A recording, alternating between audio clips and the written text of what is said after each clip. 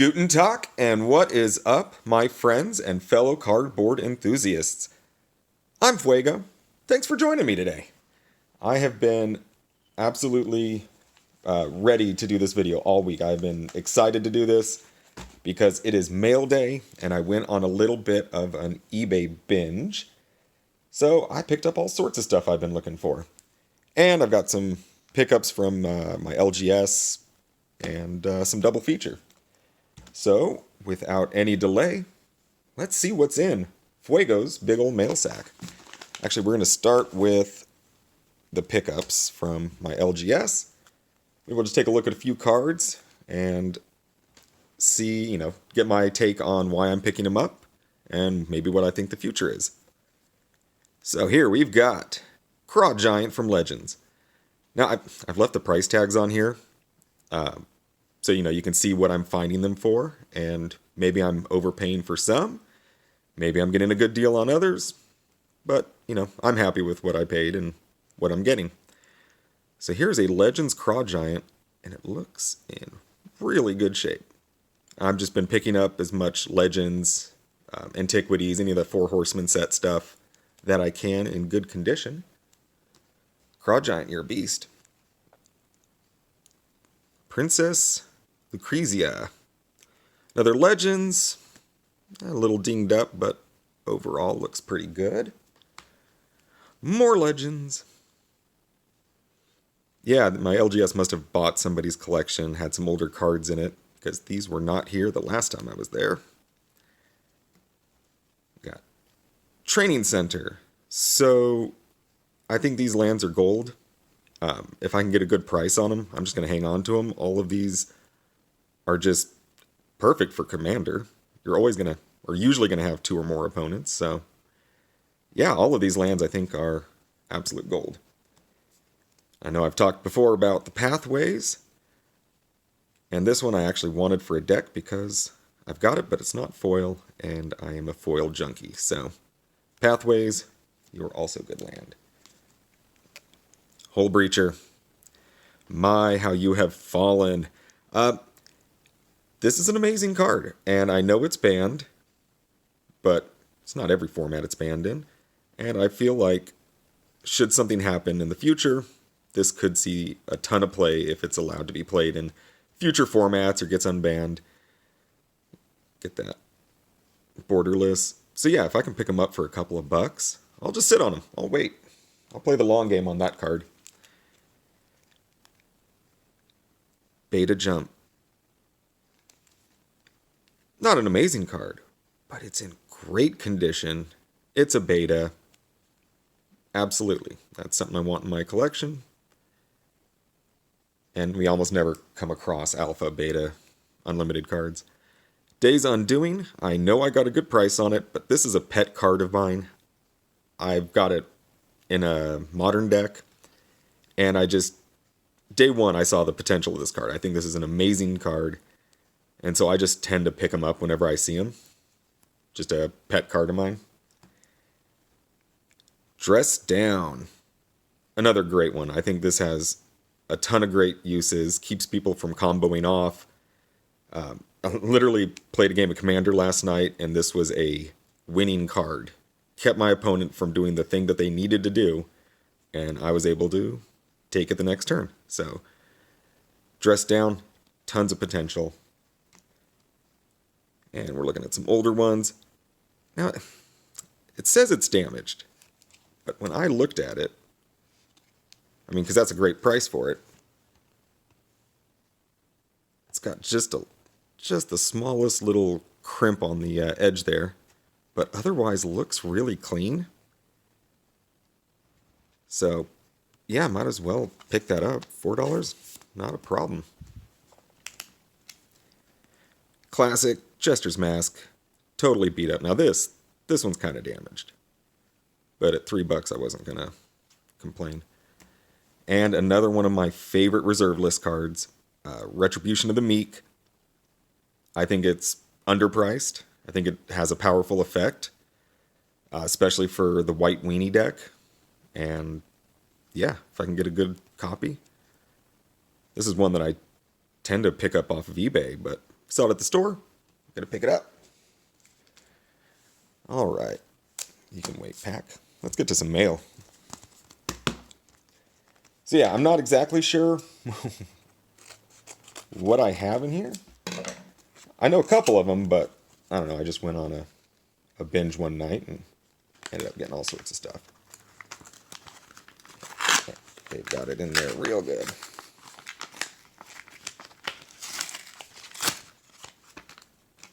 And we've got Second Chance.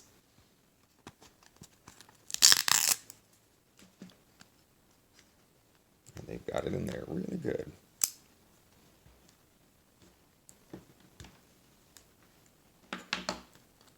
Let's take a look at you.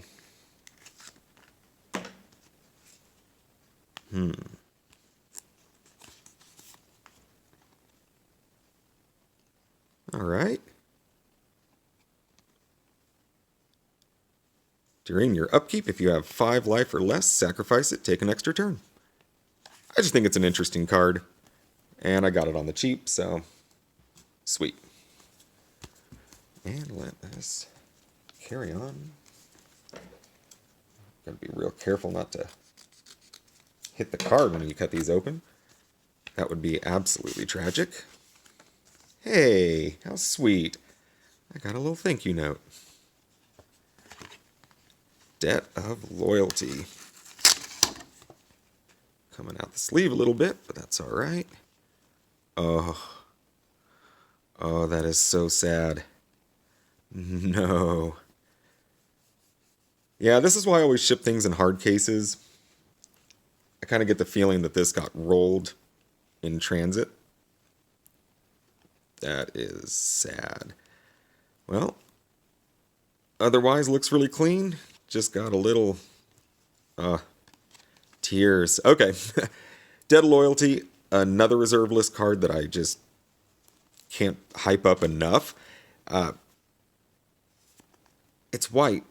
It lets you steal a creature, lets you regenerate a creature. 3 mana, instant speed.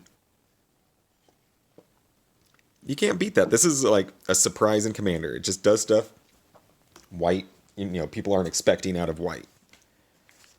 All right. A little tragic about that roll, though. Kind of bumming me out. All right. What do we have? A mystery envelope? No, double enveloped. All right. Gotta dig for the treasure. And no hard case. But it looks like they crammed a few things in there to keep it rigid. Huh. I do not like this packing. Get out there. Let's see if we've got any better luck.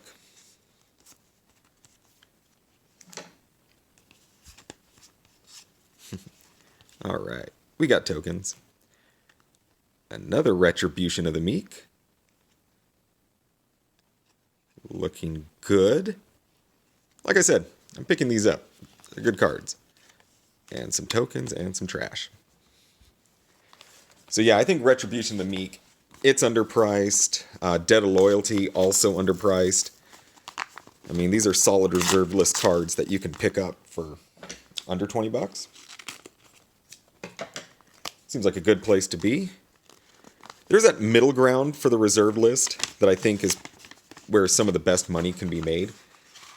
The really good cards people have figured out already, and the really trash cards are going to go up pretty slow, but there's a lot in that 15 to 50 range that I think have a ton of room to grow, that have unique abilities, and they're not coming back. So I feel like both Retribution of the Meek and Debt of Loyalty fit into that and are excellent pickups.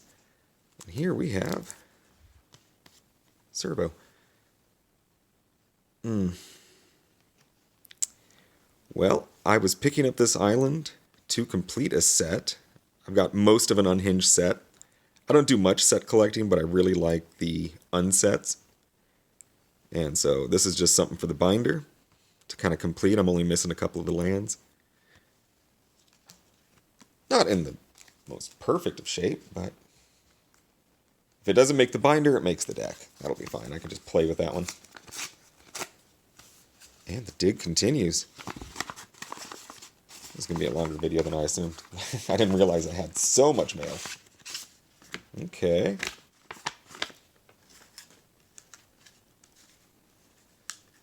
Interesting. Yeah. That sketches me out. I don't... Okay. Oh, the card's in there. Okay. I didn't want to accidentally cut the card. That would not be cool. You know, everybody has their own way of packing cards, and it can differ wildly. All right. Fire Elemental. The definition of a vanilla boring card here. Look at that old school artwork. And that is what I wanted to see. It's the only one I'm missing from 4th edition. I think I had a beat-up copy in my binder. So yeah, I think that finishes up my 4th edition set. I used to be big on collecting and trying to complete sets, but I had to throw in the towel on that. Wizards just was pumping them out so fast, there was no way to keep up. So instead, I have focused on just a few sets from what I really enjoy, and oh yes. So that's like, I started playing 4th edition, Ice Age, so that's kind of the sets I focused on. Forget about all the new ones. Finally got my Null Rod. This is one that I had sold a Null Rod a couple years ago when I needed cash, and it was around $50. And I've been kicking myself because I think this is a fantastic card, and I finally got it back again. Little Nick, I'm fine with that. That's otherwise beautiful. Null Rod, that is a powerful card. That is a powerful ability. 2 mana, goes in any deck. Players cannot play any artifact abilities requiring an activation cost. That absolutely will shut cards down, shut down combos and strategies. Sorry, tea break. And I think this card has a ton of room to go up. I think right now it's sitting around $70 to $80. And yeah, give it time. This is such a universally playable card. I mean, if you're running green tokens or something, or there's all sorts of strategies that don't require artifacts, you throw this in and it can easily just shut down an opponent. So I'm absolutely excited to have one again, so we can see what the future will hold. But I think that's one of those cards that mid-range reserve list, everybody knows it's good, but it hasn't quite hit the hundreds of dollars mark that some of the other good cards have. So I just feel like there's a ton of room to grow on that one. Ah, there we go. Yes. Yes. Another reserve list biggie.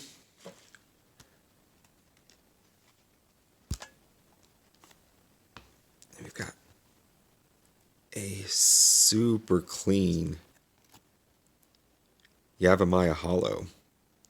Oh, this is in beautiful condition. I don't even know if the pictures on eBay did it justice. This is fantastic. So here we go. We've got land that comes in untapped and can regenerate creatures. We don't see a lot of regeneration these days, but especially in a green deck where you're dealing with, typically a lot of creatures, this thing is fantastic. So this is another one of those, just like Null Rod, where I think it has a ton of room to go up. Yeah, that's fine. Tons of room to go up. So I'm stoked to have a minty Yavimaya Hollow. I've got kind of a beat-up one in a deck, and so I didn't really mind playing with it. But I wanted a nice one just to hang on to. And I think that will also grow over the next couple years. Tons of room to do so. All right. Big bunch of cardboard.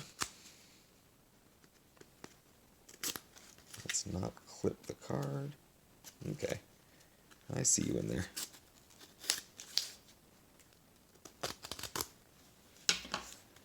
Bum, bum, bum, bum, bum, bum. All right. I was one of the people buying Frankenstein's monster. That was a hot seller there for the last couple weeks.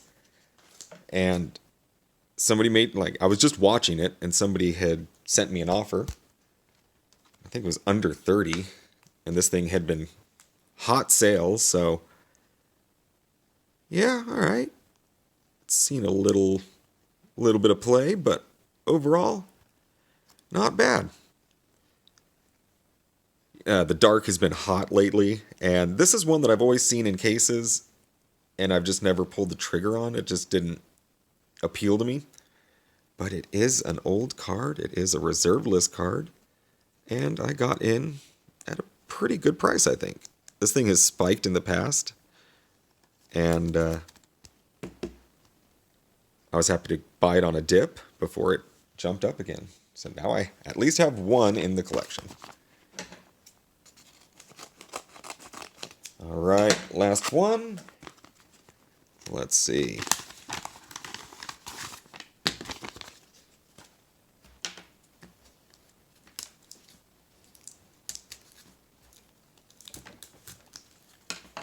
And we have, another one of the hot dark cards recently. Nameless Race, and it is absolutely chewed up. I mean, that is ghastly condition. But I do recall getting it at an absolute steal. The only reason I would get it, it's like $7 or something like that. So what the heck? Add that to the dark stuff. Yeah, that's pretty chewed up. That'll be a hard resell later. But hey, I've got one. It can hang out in the box with all the others. Double feature. Oh, double feature. So I don't think there's anything in there that I'm particularly excited about. But it is a new product. Even though it's just old product, revamped a little bit with no color, I guess, black and white, grayscale. I'd be remiss if I didn't at least crack a little bit of this product, but it's definitely not one that I'm going to buy a bunch of and, crack. All right. I mean, the cards look pretty good. And you get your 2 rares, but again, I don't think there was anything in this set that... the perforator.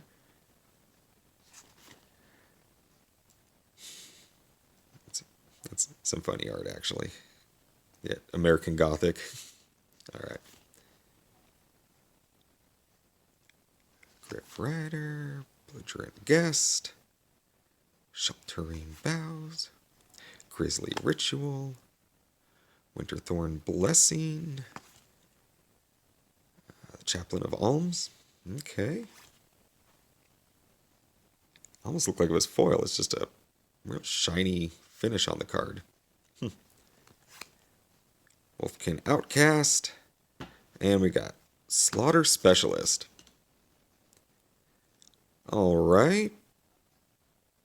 Yeah, inexpensive good vampire, sure. Ooh. I got a land. Blue-red nonetheless. Alright. Storm-Carved Coast. And then we got an actual shiny one. Almost hard to tell. All the finish on the other ones were pretty shiny. Okay. Well, that wasn't awful. That wasn't bad. I didn't mind that at all. I mean, I'm still not going to go buy a box, but hey. Alright, everybody. That is what I've been picking up over the last week or so. Just, stuff to finish a couple of sets. And mostly reserve list cards. Like I said, if you can find any of the Four Horsemen stuff, in the backlog binders at your LGS, If you're only paying a couple bucks for it, just get it. Sit on it. All of the they're just getting harder and harder to find, especially Arabian Nights. And yeah, have some fun with it. Well, thanks again for joining me, and you all have a fabulous afternoon.